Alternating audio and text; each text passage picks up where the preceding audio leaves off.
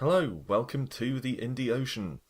As regular and recent viewers might know, I've been dabbling a little bit more in PC content recently.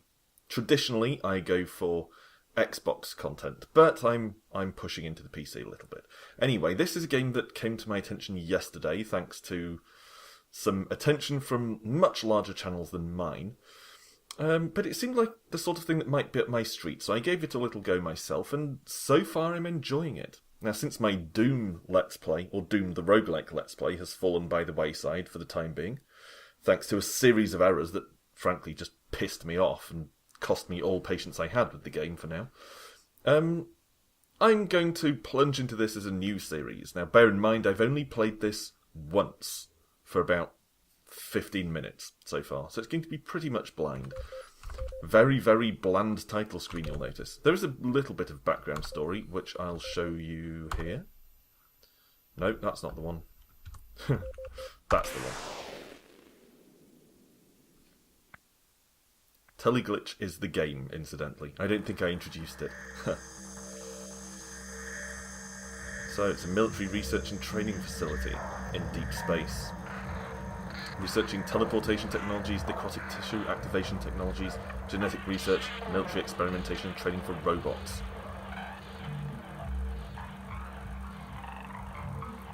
And you can see there were emergency distress signals sent out. A rescue team turned up, but communication cut off shortly after arrival, and the planet was quarantined indefinitely. Ooh, sounds bad. Sounds a lot like Doom, oddly enough. Let's press on. Okay, so that's that, basically. We find snippets of the story as we go along through the game from terminals, in true game fashion. But from what I can tell, it's basically... yeah, we didn't get far enough to get to continue. We got killed. Anyway, it seems to be basically... here we go. We were working on a master teleporter that could transport you anywhere to unlimited distances, but something went wrong. Something came through from the other side. Very much like Doom, in fact. First we thought it was a minor glitch, but it quickly turned into a nightmare. The facility AI became aggressive and the military robots turned on us. Now it's like Mass Effect. Anyway, the space of the complex started warping, rooms and hallways would randomly reorganize themselves, which neatly justifies the game's procedurally generated levels that are different every time you play. Some of you may know I like that sort of thing. Anyway, one guy decided to seal himself in there and wait for help. He's been hiding there for weeks, but nobody came and he's running out of food. So he has to basically make a run for it through the normal standard teleporters of the facility in order to get to the master teleporter and get himself back to Earth. But of course the master teleporter is where all the beasties are coming from. So we're basically heading into the lion's den. Alright, here we go. Control is a bit weird. Well, it's weird for me as someone who doesn't generally play PC games, but I'll touch on that as it becomes relevant. So we're going to pick up a couple of items here. Empty can. And another empty can, as you can see in my inventory on the left there. And this is nice. You can just scroll up and down with your mouse wheel. Look at that. Look at how easy that is. No bringing up a separate inventory screen or anything. Brilliant. Anyway, we've got a gun, a bit of explosives. That's what this 2x RDX 250 is. It's a type of explosive, and we've got some empty cans. Not great. Conservation of ammo is what got me killed the last time. I basically ran out of bullets.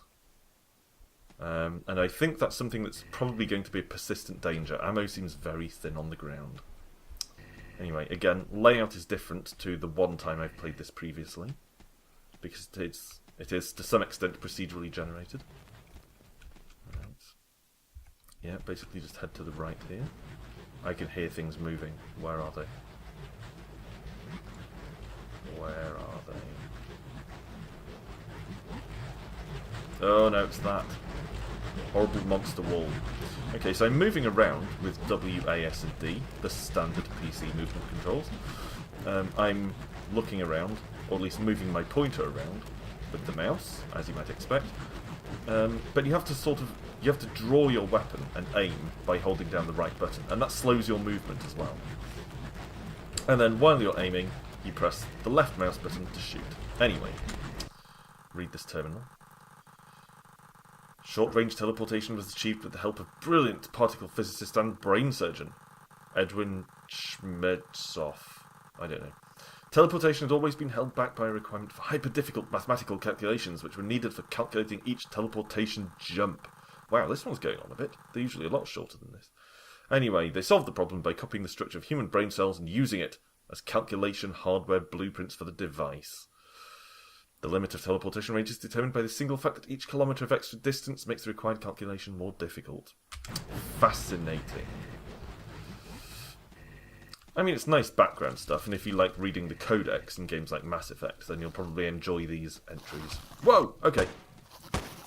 And from what I've seen so far, you have to make every shot count. Okay.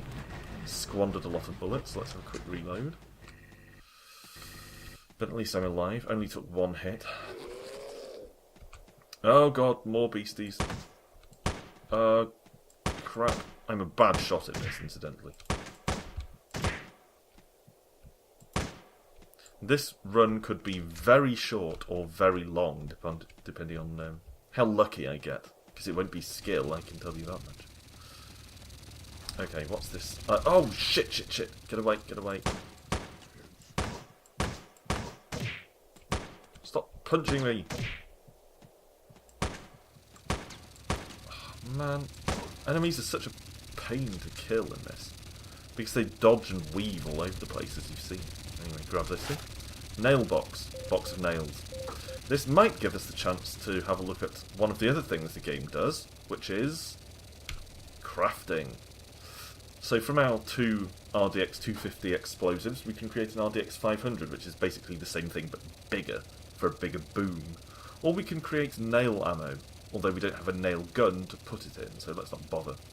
But yeah, it's a nice little crafting thing.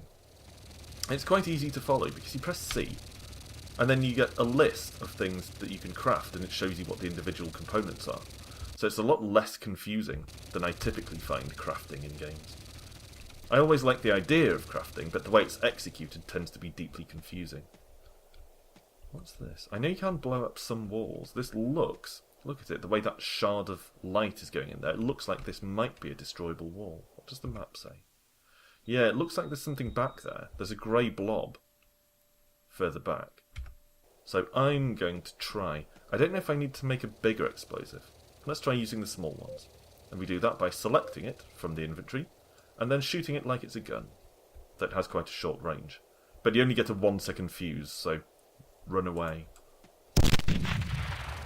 Okay, gun out. Let's see what's inside.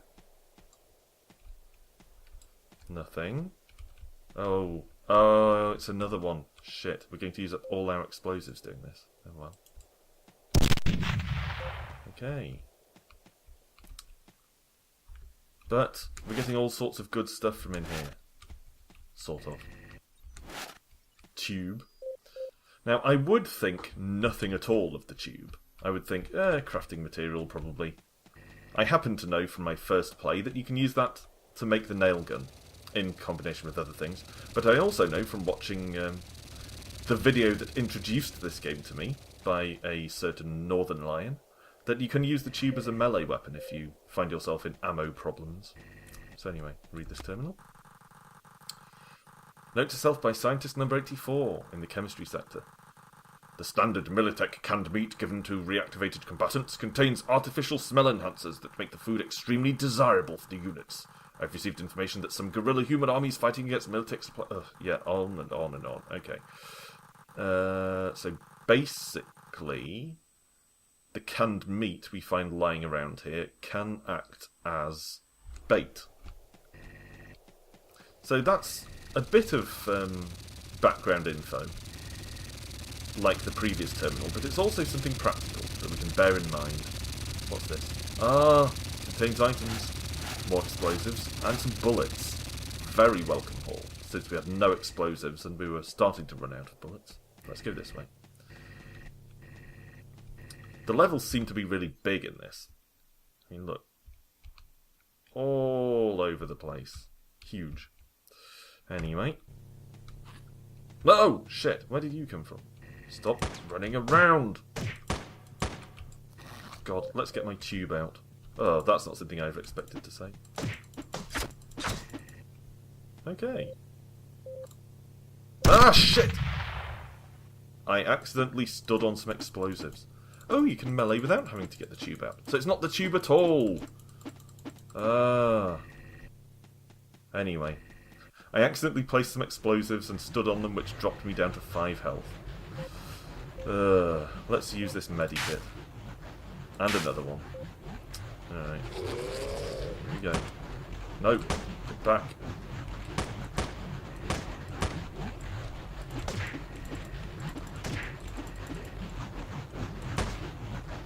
This thing's tough. Okay. Managed to survive it. Oh, fuck me.